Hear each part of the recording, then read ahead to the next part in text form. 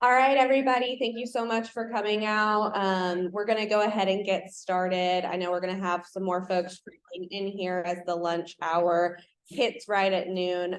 So thank you so much for spending lunch today with us. My name is Madison Rawlings. I'm the Director of Sustainability and Events here at Green Spaces, and I'm really excited about today's Lunch and Learn on Chattanooga Brownfields. We've got a lot of really important issues to discuss for the future of Chattanooga and our development, the stretch back from Chattanooga's past.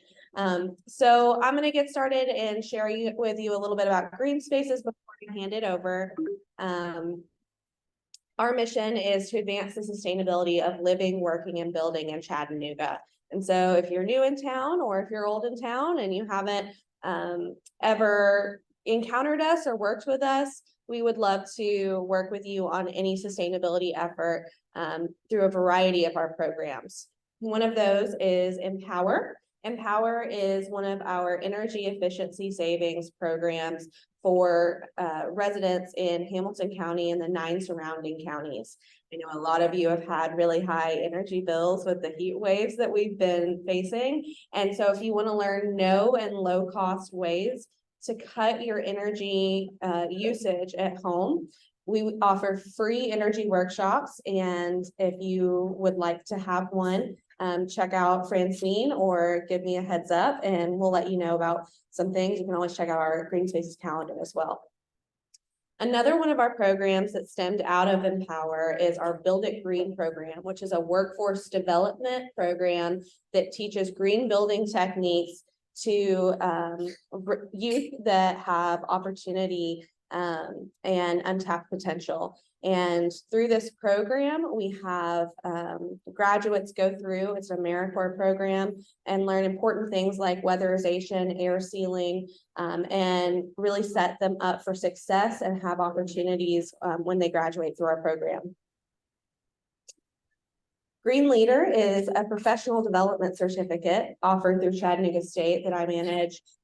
We have an online 8-week at your own pace course if you want to learn more about sustainability, the history of it in Chattanooga, and how you can become a sustainable green leader in your workplace and at home. Green Light earlier this year is that step further for businesses that want to make the next sustainable step. There are modules in there that address energy impact, water usage, your site and landscaping practices. And so if you're a business that's looking to take that next step for the energy and sustainability, please give me a shout.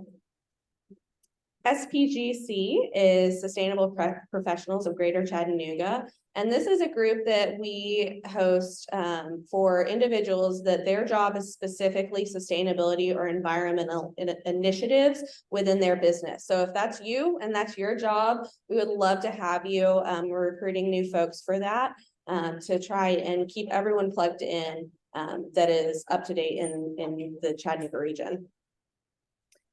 I want to give a big shout out to our founding partners, Compass Commissioning and Franklin Architects, and some of our top members, Scenic City Solar, Franklin Architects, Green Strategies, New Terra Compost, AEED, and Ruby Falls. AEED and Ruby Falls just re-upped their membership, so big thank you to them. And some of our green level members, I want to give a shout out to Bridge Financial Planning, Greens Design and Supply, and Rock City, who are new members as of this month, so thank you guys. And to our nonprofit members. We can't do anything without the membership and the support of our members. And so all of the programming that I mentioned, all of the things that we do are supported by individuals. You can become an individual member or businesses that help us fund and share our programming. So a few events to please put on your calendar. We have Green Drinks coming up in 2 weeks. Wednesday, September 28th, and it's going to be at Finley Stadium. Green Drinks is always free, open to the public, and for anybody that wants to come and get to know more about Green Spaces more about sustainability, meet more people that are interested in these kinds of things. And we have our site host for September is Finley Stadium. They're doing some incredible things in efforts to make the stadium zero waste. So please come out. It's going to be at the Stadium Club on the very top level. So you'll have a fantastic view of the city. Please RSVP for that. You can find it on our events calendar. Before I introduce you, Rick, I want to put one more event on your calendar, the Chattanooga Green Prix. It is our biggest event that we host twice a year. And you can see on your tables, we need volunteers for this. This is a multi-day event, and it is a STEM education program where students in Hamilton County design, build, and race electric vehicles. We are really excited for this to be hosted out at Volkswagen again, but we need volunteers like you to help make it possible, to set up the course, to make sure it's safe, to make sure that all of the students have what they need to do. So please, if you have any time during that week, we would love to see you out there helping us. And lastly, you may have seen some big news. We have had some leadership changes here at Green Spaces, and I'd like to give a round of applause and welcome our new Executive Director, Rick Bowers Jr. Yay. Thank you very much. My name is Rick Bowers. I grew up in Chattanooga and lived in the Detroit area for some time. I went to law school in Michigan and worked for the City of Detroit as a sustainability director and in government, in the mayor's office and city council. And I'm back here now and really happy to be with this organization. It's wonderful. It does so many great things. And as many of you know, and I look forward to getting to know each and every one of you over hopefully not too far in the future.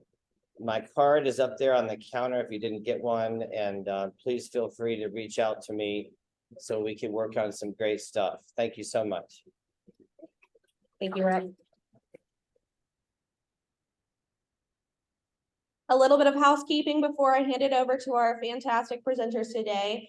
Everything you are eating on today is compostable. So please, whenever you are done, put your plates, forks, napkins, leftover food into the compost bin. The only thing that's not compostable are the aluminum cans that you may be drinking from. So help us keep our impact for this event at zero. And now I'm going to hand it over to our fantastic presenters. I'm very excited about today's Lunch and Learn about Chattanooga Brownfields. We have Troy Keith from TDEC and Dwan Austin here from the city, and we'll welcome them up.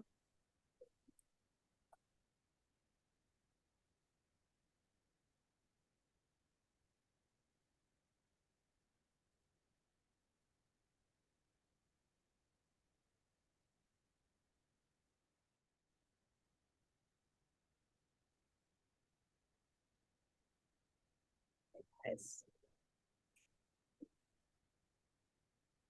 All right. Hello, everyone. Good to be here. I'm Dwan Austin with the City of Chattanooga. I'm the Brownfield coordinator for the city. And in my capacity, I serve the city's economic development department. And do I need to speak up a little bit, or is that good? That's good. Okay. And I perform my duties through the Office of Real Property. My former administrator is in the building, Ms. Donna Williams. I just have to give a shout out to her. In my position, I support various departments in the city during stages of projects, specifically the early on. At the early onset of a project when there are environmental concerns. I'm going to pass the mic to my co-speaker here, Mr. Troy Keith. Thank you. Troy Keith with TDEC Division of Remediation, and been with TDEC since about 2000. Came from private consulting.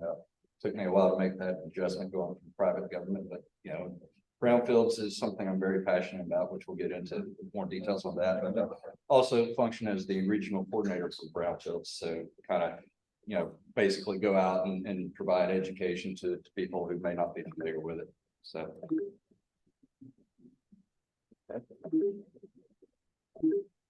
We are technically challenged. It's a MacBook, that's why. Sorry about that. There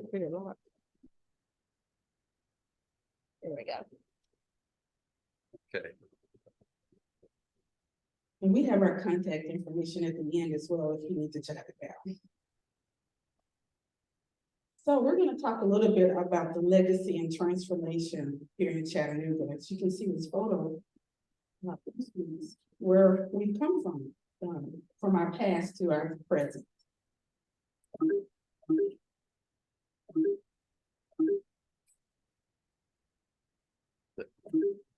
Arrows should do something, but they Yeah, don't. we're just not making it here. I'm sorry. Click on the. I just click Here. Yeah. Okay. Okay, thank you. We'll get it here shortly. As you can see on the PowerPoint, years ago, we were dubbed the dirtiest city in America. And I know many of you, just to get a survey of the room, how many people are in the environmental field and are familiar with what environmental concerns are here in Chattanooga? Okay, that's this half of the room. This half didn't raise their hand at all. Okay. So, through the efforts of Chattanoogans putting together air pollution control ordinances, our city was able to make some big strides. In addition to the dirtiest air, we also had one of the most contaminated creeks in the nation. That's Chattanooga Creek. So just a little bit of our legacy to be proud of. So EPA was created in 1970, and but Chattanooga was able to move forward with their initiatives and put ordinance in place. So within 3 years of doing that, we were well on our way to compliance. So Chattanooga historically was known as the Dynamo of Dixie, and in no small part due to the fact that just about every block downtown had a foundry on it at some point, starting in the 1880s all the way to present. I think we still have 3 operational foundries, but primarily iron and steel foundries, a little bit of brass foundry as well. But all foundries produce what's known as foundry sand, and it's a mixture of fine silica sand, coal dust, which is why it looks black, some bentonite clay and a little bit of water to moisten it. And basically that would create a mold that the metal was just poured into. They reused it until it would stop adhering, and then it was a waste. And so for those of you who may not be aware, foundry sand is pretty much everywhere. It's ubiquitous downtown. I don't think I'd have to think long and hard to come up with a site that didn't have some foundry sand component to it. In terms of sustainability, one of the things that is really neat, in my opinion, about brownfield redevelopment is historically, you buy the property, you have 100% of the environmental liability that comes from that property. So you'd have sites that would just sit there for literally for decades, because if you didn't release, generate, transport, why in the world would you buy a property that could have millions of dollars in environmental liability attached to it? Brownfield legislation severed that by allowing willing and able parties who did not release, generate, transport to come in and basically put a clear demarcation between the past and the present / future, such that they're not required to remediate the site to pristine levels the way a liable party might be held, but instead focus on what's necessary to make the site safe for the intended redevelopment. Since these are all at least, definition of brownfield is I'm paraphrasing, actual or perceived contamination. So it could just look impacted and be considered a brownfield, but in almost all cases, there is some level of contamination present. Because they're not required to fully remediate the site, rather focus on eliminating exposure pathways, et cetera. A lot of this contamination can remain on site. So what that means is, if it's possible, to leave it on site and cap it underneath a slab, a parking lot, a few feet of clean soil, you can do that. That keeps it out of the landfill. Since it was already ubiquitous throughout downtown, if we can safely isolate it and contain it, and then, institutional controls such as land use restriction, et cetera, then that literally keeps tens of thousands of tons of soil, foundry sand, et cetera, from filling up a landfill. And of course, nobody is in a big hurry to create new landfills. So that's one of the, reduce, reuse, recycle kind of thing. I mean, we foundry sand, you can build on it. It was meant to pack. It packs just fine. You literally have to eat it or drink it to you don't eat the dirt, don't drink the water. That's basically what a lot of our remedies are. And in conjunction with engineered controls such as like I said, 2 to 3 feet of clean soil or hardscaping. So Oops. So as part of the economic development team, my main focus is on brownfield properties in corridors of the city that mostly serve as key commercial areas. So projects that support Mayor Kelly's One Chattanooga plan, projects that support and sustain large business and industrial operations, which bring job opportunities to the city, projects that support initiatives such as affordable or supportive housing, and of course, projects that help increase our parks and trails inventory. So to help in that capacity, one of the most useful tools in my toolkit are the EPA grants that I oversee the management of on behalf of the city. We partner with Southeast Tennessee Development District, and they help us with that. We were recently awarded $4.9 million in funding for cleanup, for assessment, and for our revolving loan fund. The projects that you see listed here are some of the past projects that were awarded under the assessment grant.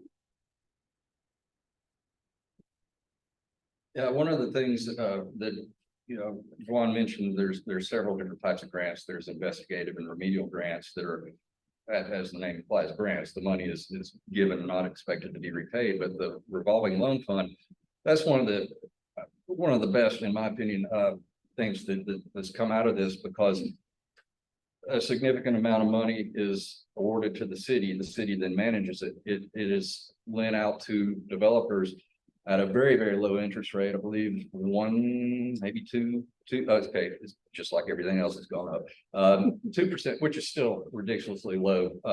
As that money is repaid back in to the fund, it is then able to be lent out to future developers. And a lot of times developers will use this for asbestos abatement or lead paint abatement. Banks generally don't like to lend $1 million for something that there's not a product at the end of the day.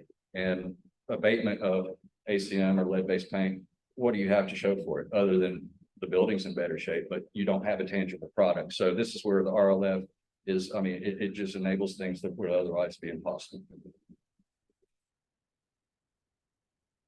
We also have the cleanup grant. We have completed the Glover Track, which is in Alton Park, right off of Workman Road. And we're currently starting a new project. We were awarded $3.9 million for this particular project. It's the Alton Park Connector, and it'll connect the riverfront to the Alton Park community.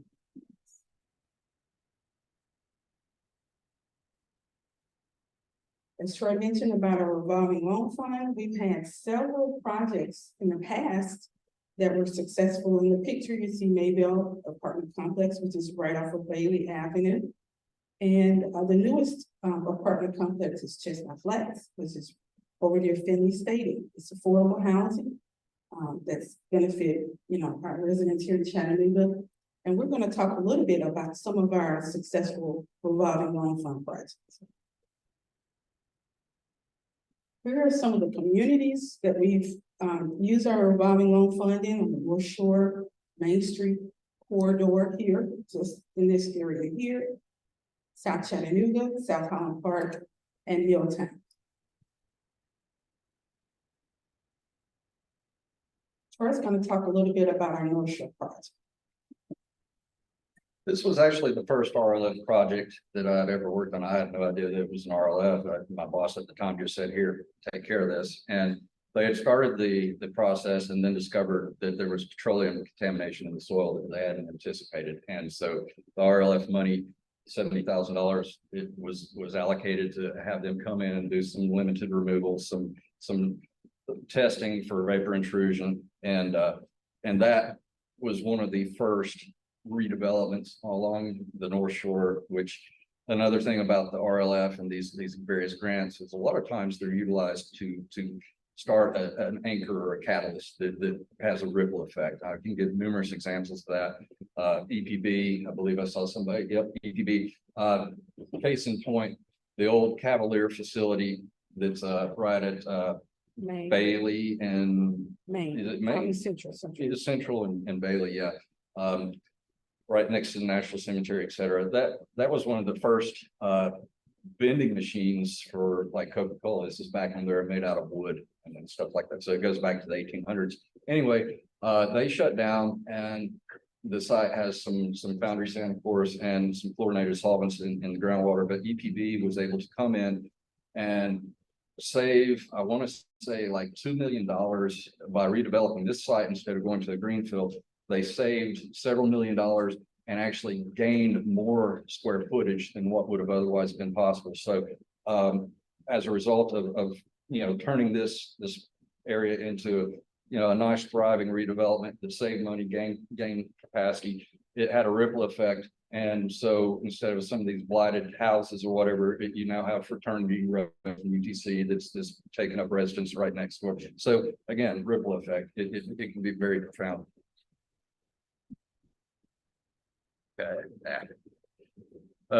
This is the Chestnut Flat, which I know it is the former Southern Steel facility, and again, foundry, PAHs, petroleum hydrocarbons. It was a relatively minor remediation from perspective of they didn't have to take much off site. Instead, they came in and raised the site with a couple of feet of clay fill, and then they put down some VI vapor intrusion barriers because again there were some low level VOCs that were there, but just enough to be on the safe side. Again, eliminate the exposure. So vapors are about the only thing that can come to you. Everything else you have to work to get to it. Foundry sand's not just going to come up out of the ground and grab you by the ankles and suck you in. But the vapors can permeate through, get into the breathing zone, and so we take that fairly seriously. You'd be surprised if you look for soil gas, and even if it's not a recognized environmental concern, like through a former gas station or a dry cleaner being nearby, if you look more often than not, you will find either petroleum or fluorinated, something like that, benzene, et cetera, that functions as a potential vapor intrusion source. So, but yeah, this one was fairly straightforward. Didn't have to take much off site. There was an interesting UST that I think was about 20,000 gallons, and our best guess is it goes back to the 1940s or something, because you can see where the tank itself was riveted together instead of a seamless whatever. So you get into little archaeological things sometimes. So, okay, this one is this is an example of not all, like I said, the appearance of contamination. This one was located immediately north of one of the nastier places in downtown Chattanooga, the former Velsicol Chemical Company. They made herbicides and pesticides, and that whole site is highly impacted. The simple fact that this was literally directly across the street would make you think, okay, contaminated by association, proximity.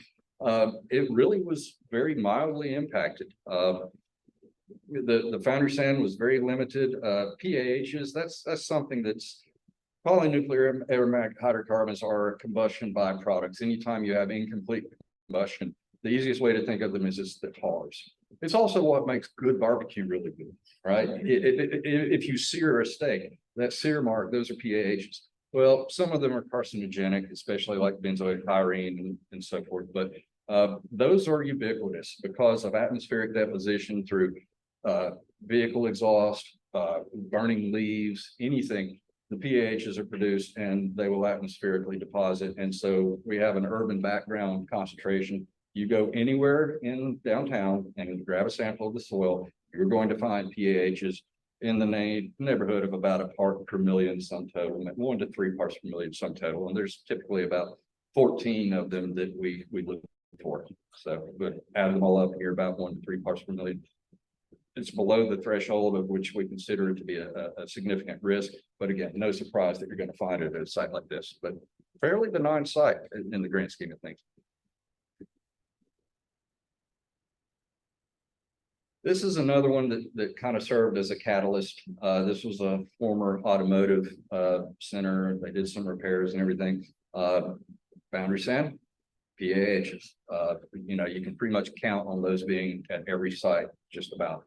And this was one of 2 sites that we've done what's called a full depth reclamation. And basically what that is it's a big, you know, machine that grinds the soil up, whatever, you know, the top 4 or 5 inches. And at the same time, it mixes in Portland cement, dry powder, and infuses a little bit of water. So you're creating a chemically bound, structurally bound layer that keeps the PAHs and whatever else in that bay. It kind of lithifies it, if you will, and also provides a geotechnically good substrate to build upon. So creative solutions, that's another thing that makes brownfield work interesting. It's like if there's 2 or 3 ways to get there, pick the path of least resistance that still accomplishes the goal.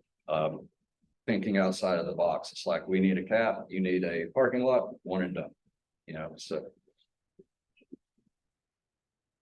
and yeah, as it said it ended up as a medical office building, but again, it kind of served as an anchor to stimulate redevelopment nearby. So this one, Chattanooga, or not Chattanooga, Tennessee Temple University. They back, you know, around 2011, they surplused about 30 parcels that they had. We found foundry sand on about half of them, some of which was, you know, over the limits, required remediation. But they had some dorms where there was asbestos. And again, the use of the RLF allowed Chattanooga Neighborhood Enterprises to come in and do the asbestos abatement before they demoed the dorms. You can't, if there's ACN, you can't just demo it, you know, because that can release it, become friable, and then announce a airborne hazard. So without the RLF, there's a good chance these wouldn't have turned into the affordable housing that they are now. Same thing. Yeah, so if you see the bottom slide, you know, the multifamily housing, this is an area where we had fairly high lead levels in the foundry sand. And so, yeah, I didn't mention it earlier, but lead and arsenic, as well as PAHs and sometimes petroleum hydrocarbons, are the usual suspects in foundry sand. So this stuff was at the surface. You may or may not be aware, but throughout downtown Chattanooga, the EPA is involved in National Priorities List Superfund site, where right now we're addressing 5,500 homes that are in the 8 neighborhood study boundary.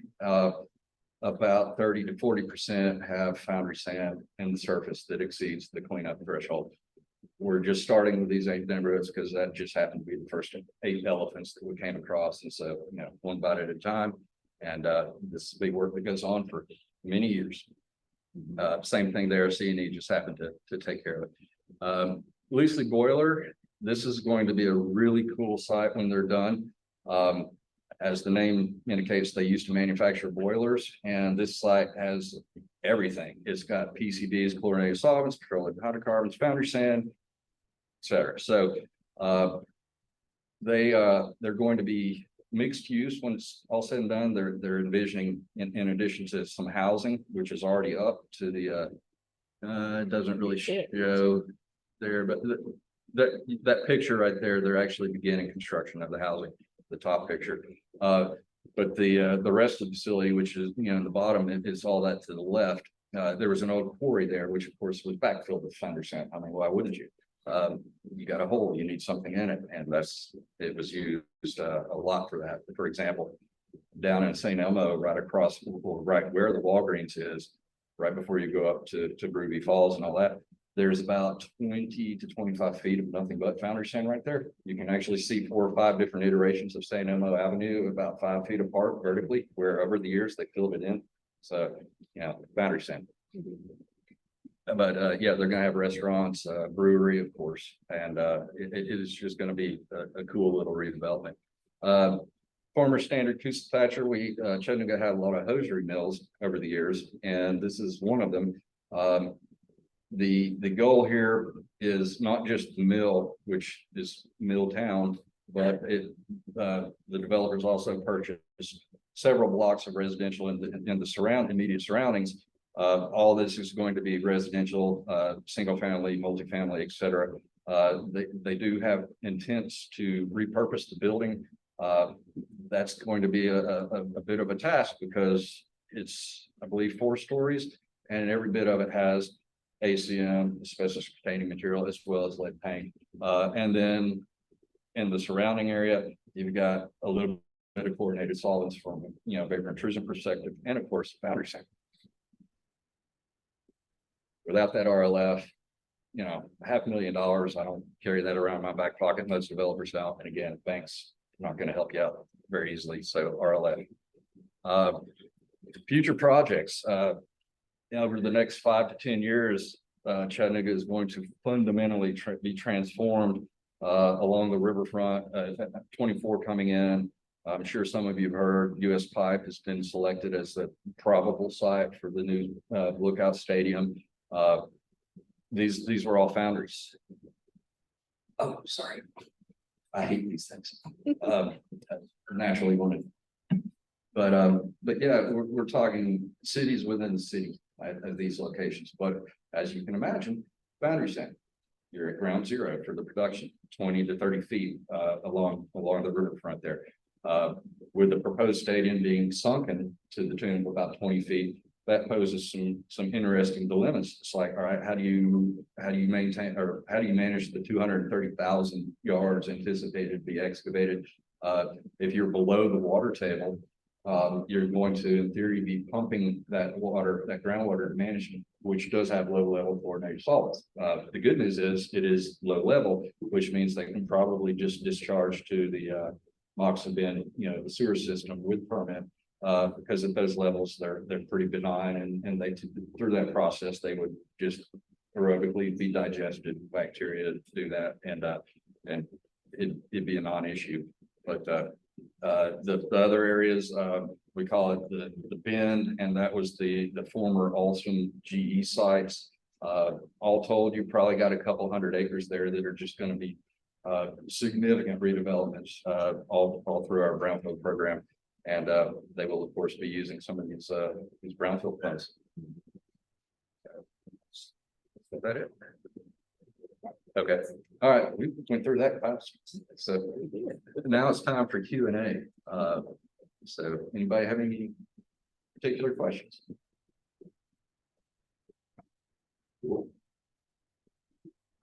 Madison. Yes. If you come down your project Brownfield, how much time does that add to the process of development?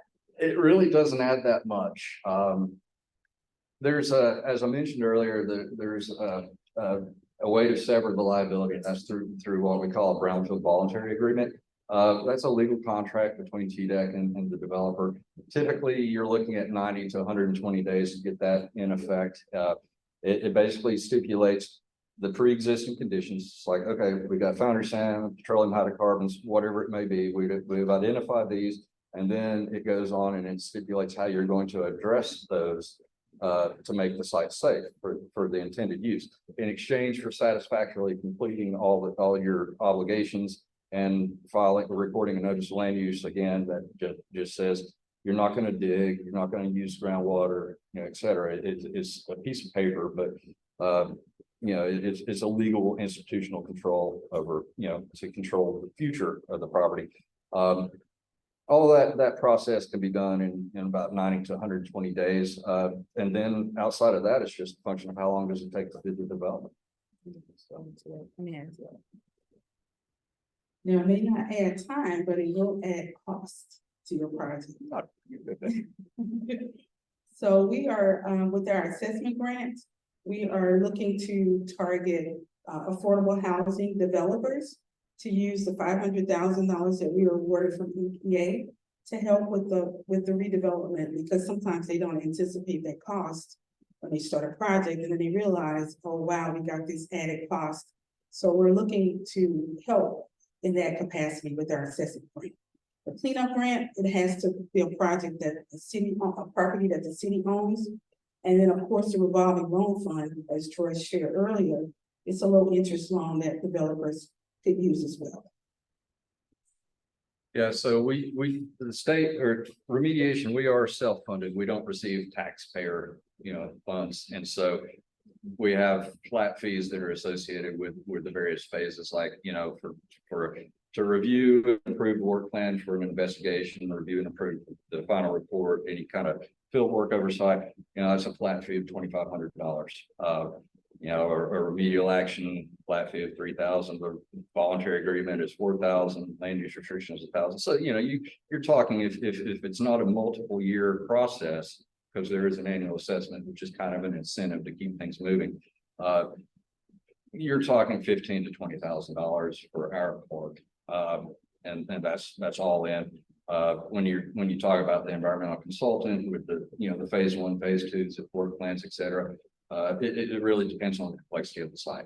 You could be looking at $50,000 or $60,000 just for a single investigation if it's a large site that involves a lot of various media.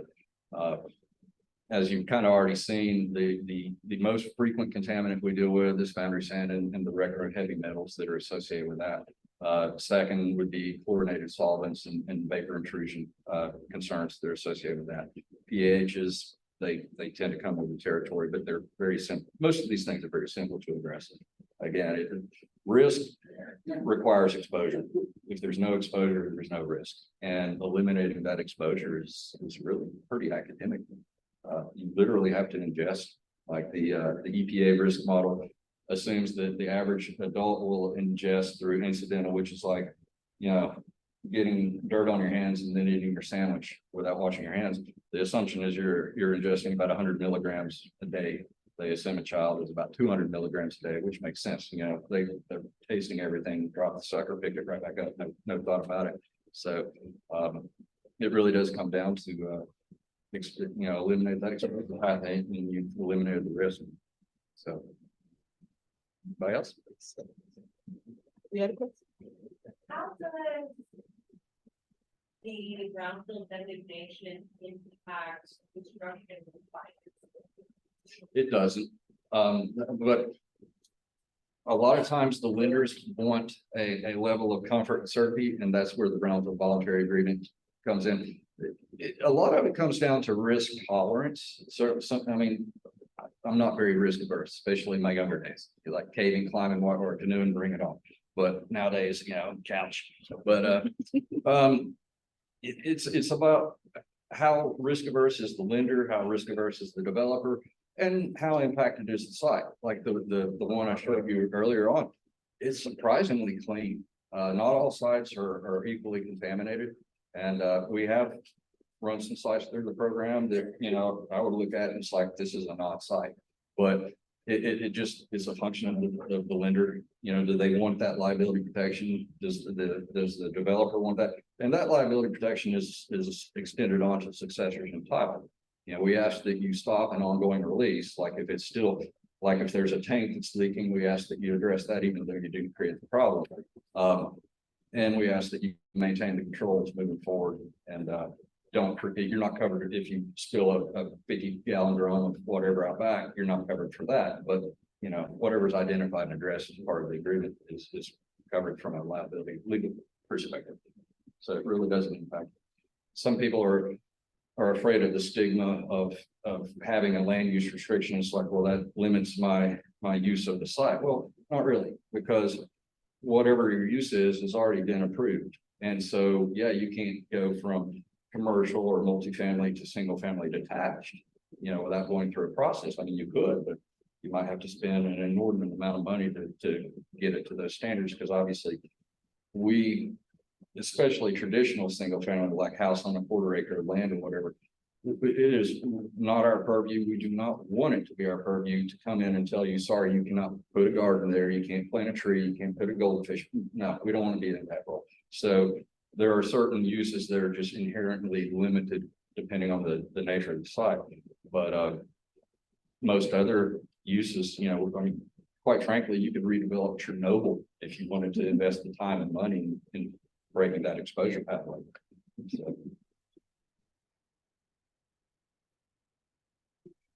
Timeline is for the boundary, you know? as far as the residential, Yeah, or, for the state. oh, where the state really don't have a clue because it's still in the early stages of planning, bonding, you know, getting bonds issued, you know, coming up with the financing. So yeah, there's you know, like I said, there's a significant disposal concern, and we're hoping to be able to reactivate the US pipe landfill that's literally right over the, you know, on the other side of 24. But that gets into some regulatory red tape, and we have to be very, very careful because even though it's apples and oranges, there are other landfills that were like municipal in nature, household garbage, that are in their post-closure period, which requires 30 years of monitoring and maintenance.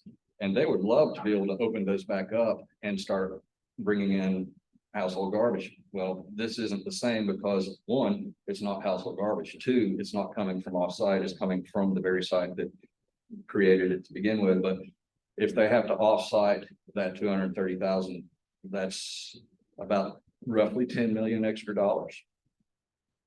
You know, it's a consideration. So can't really project the time frame, but I know they wanted to get started if all the stars align, they'd like to break ground this year. Online, I have a question. She said, who is responsible for distributing any brownfield grant money? And is it separate from the EPA cleanup funds of the south side? They are in separate categories. Like I said, for the cleanup grant, those are for properties owned by the city. In terms of distribution of those funds, was that the question? Who's responsible? So we have, if you go to the website that's on the screen, there's a checklist, and she can follow that to see what the criteria is for the assessment grant or for the revolving loan. And as far as the MPL portion, that's just based on whether the contamination is present or not. The way the site was defined, because we struggle with this, normally you think of a site as a contiguous parcel. In this case, it's a checkerboard throughout all of residential downtown. So we defined it as residential or child high impact. Think of child high impact as the vacant field where all the kids get together after school and play, you know, soccer, football, whatever. And that kind of activity, they're going to be coming in direct contact with the foundry sand at the surface. So that will qualify, but we're not addressing commercial or industrial properties as part of that. So if you happen to live within one of the 8 neighborhoods, EPA will, if they haven't already, get out and sample your property. And if you're above the cleanup standard of 360 parts per million lead, you automatically qualify, and it's no cost to the property owner.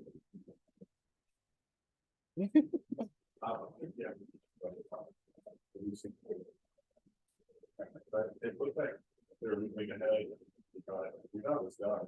Until they stopped, I guess. No, that was just one phase of it.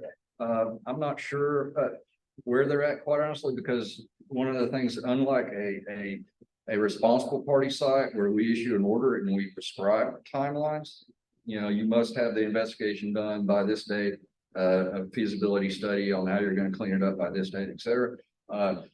We're dealing with innocent parties that are voluntarily coming to us. They didn't create the problem, and we're not going to second guess the developer because they have so many, you know, the lending, the finance rates, like, are they going up? Is the market, is it saturated? Do you need to wait a year or whatever? The construction costs, et cetera. There's so many variables.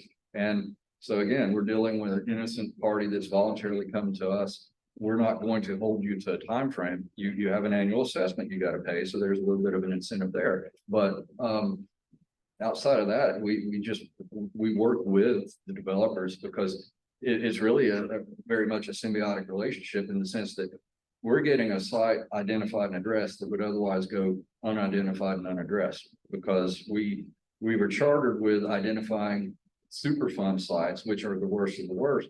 But after 40 years of looking under every rock, we found most of those.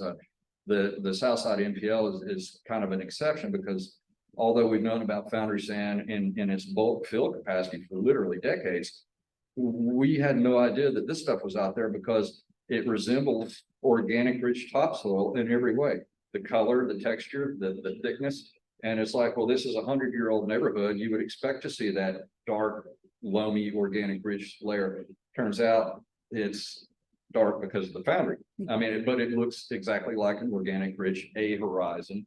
If you know anything about soil science, it mimics that exactly. And it should, because if you think about this material being placed as topsoil back in the day, they would deliver free of charge, anecdotal suggest. And so you have a 4, 5, 6 inch horizon of this material that has been bioturbated, roots, earthworms over 50, 100 years, naturally tilling this stuff in.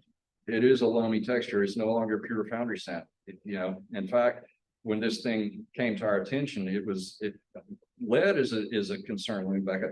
Lead is one of the few contaminants that I really take seriously, simply because with other contaminants like benzene or pHs, the risk is based on if you eat the dirt every day for your lifetime, you have a 1 in 100 excess cancer risk. I'm sorry, 1 in 100,000. So if we had 100,000 people in this room, everybody eating dirt to the tune of 100 milligrams a day for 60 or 70 years, one of us is going to get cancer as a result of that. Whereas everybody in this room has a 30% chance of heart attack, stroke, diabetes, cancer, getting hit by a bus, whatever. So 33.000001, right? It's kind of trivial in the grand scheme of things. But the reason that lead is serious to me is because if a child that's neurologically developing ages 0 to 6, exposure to lead is permanent, irreversible neurological deficit. You're talking maybe 15, 20, 30 IQ points for their life. You take a highly functional individual, expose them to lead during those developmental years, and now you have somebody that has to be taken care of. That's why it's a big deal to me personally. But we actually had a husband and wife. It wasn't, the husband went to the hospital and was diagnosed with acute lead poisoning. As an adult, it'll make you sick. You're not going to feel great, but you can be chelated, have it chemically removed from your system, make a full recovery. That's how we found out about this. And at the time, looking around, it's like, we know it's lead paint because the house is pre-1978. So anything older than that is going to have lead paint. But the soil looked natural. And then I started seeing pieces of coal and slag, and it's like, oh, this is foundry. And so we started there. We stepped out a little bit. It's like, ooh, it's still here. We stepped out a little bit more. It's still here. And then it's like, oh crap, it's everywhere. Yeah. And so that started in 2011. We investigated, remediated the neighborhood that started. First call was EPA. It's like, this is way beyond anything TDEC is geared to handle. We don't have a printing press. So 83 out of, I think, 115 homes were remediated in that first neighborhood. We found that roughly 10% of all the samples, just screening samples from Missionary Ridge to Lookout Mountain, Georgia state line to, roughly McCauley, 10% of 220 screening locations had exceedances. So we knew it was a big deal. And so then, how do we deal with this? The investigation that really started hammering out the delineation of it, that started happening. So it took many years for us to figure out how are we going to address it. And so now we're here. Well, we've been addressing it since, I believe, 2019 is when it was promulgated, the MDL. Estimated about $150 million just for the first phase. We have a verbal agreement with EPA that after these first 8 neighborhoods, we will step out to wherever it needs to go, but again, it's a checkerboard, and we did not want to have a negative stigma on the entire city by calling it the Chattanooga Superfund site. Originally, it was the South Side, NPL, et cetera. And so we put geographic boundaries that are somewhat artificial because we know it has gone that, but we didn't want East Brainerd, Ooltewah, Hickson, whatever, to have that same, you know, what happens to buying and selling, refinancing, et cetera, if you know you're part of a Superfund site. So yeah, that's a big project.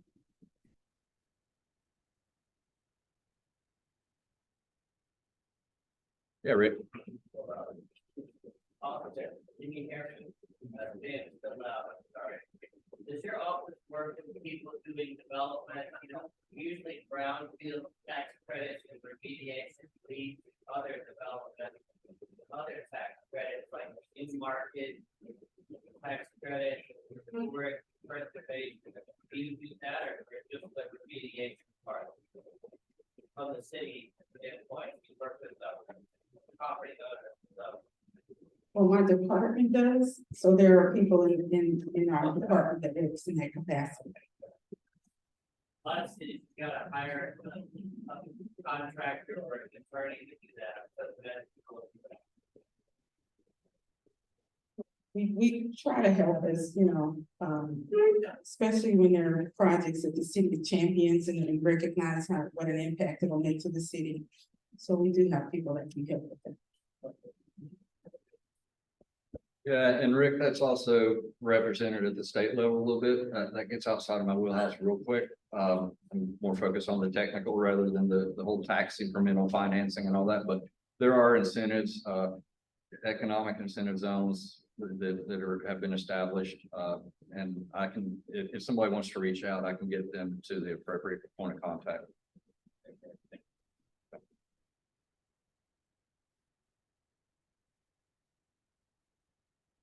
I think we're good. It's a little quicker every time. That's Yeah. great. We might have one more question in the chat. Okay, yeah. Right away. Do fruits and vegetables absorb or uptake lead and arsenic when grown in Excellent. foundry sand? Excellent question. No, the answer is no as a general rule. Carrots are about one of the only vegetables that are susceptible to biouptake. Other plant like, you know, tomatoes, cucumbers, etc., they are not susceptible to biouptake of the lead. And really before any of this becomes a problem, you're talking lead in the thousands of part per million range, which is kind of at the upper end outlier of what we see. You know, onions, potatoes, stuff like that, you know, you're going to want to peel it good, you know, wash it, whatever, if it was in that type of environment where you have high lead. But yeah, generally you've got to be very, very high levels of lead before it's even a concern. The other thing is you can amend it using like phosphorus. It combines with lead, creates a lead phosphate, which is no longer bioabsorbable or, you know, susceptible to biouptake. And, you know, it's a fertilizer. It's good for plants. So there are ways around it. We always encourage people to just go ahead, if in doubt, just go ahead and do a raised bed garden. That way you know, put a little bit of a root beer at the bottom. That way you know exactly what's in the soil. One more question. You're gonna have to read Yep, that. sure. Yeah, the next question is leaching from remediated brownfield sites still a concern for surface water? Is TDEC currently monitoring any brownfield sites in Chattanooga for leaching of pollutants to surface water? As a general answer to that, no. We have, for example, monitoring associated with some of the landfills that were operated by the foundries, and you're talking 100 feet, you know, of pure foundry sand. The groundwater is not impacted. I mean, it's in parts per billion. This stuff does not really leach or migrate to any level of concern. Now, other things like fluorinated solids, petroleum hydrocarbons, they can migrate, and we do you know, try to identify the extent of that and be aware of what's downdraining of that, and if there's any offsite concern. But foundry sand is surprisingly, you know, it's fairly stable and localized. pH is same thing. They like to swirl onto soil and not leach or migrate. Thank you guys so much for your time. Can we give a round of applause?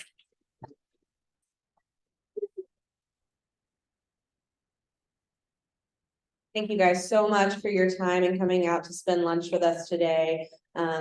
As Troy and Dwan mentioned, their information is on the screen here. This is going to be recorded and posted on our website. All of our lunch and learns are posted there. So if you didn't write down something or want to go back and think about what they said, please visit greenspaceschattanooga.org to view the recording. And then otherwise, I hope to see you all at Green Drinks in a few weeks and at the Green Free next month. Thank you all and have a great day.